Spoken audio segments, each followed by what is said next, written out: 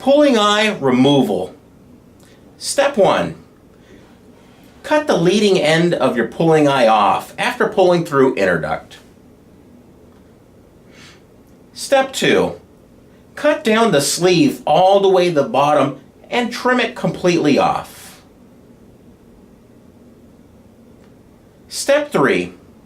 Continue to cut the yarn off your pulling eye and trim off any excess for a nice and clean install.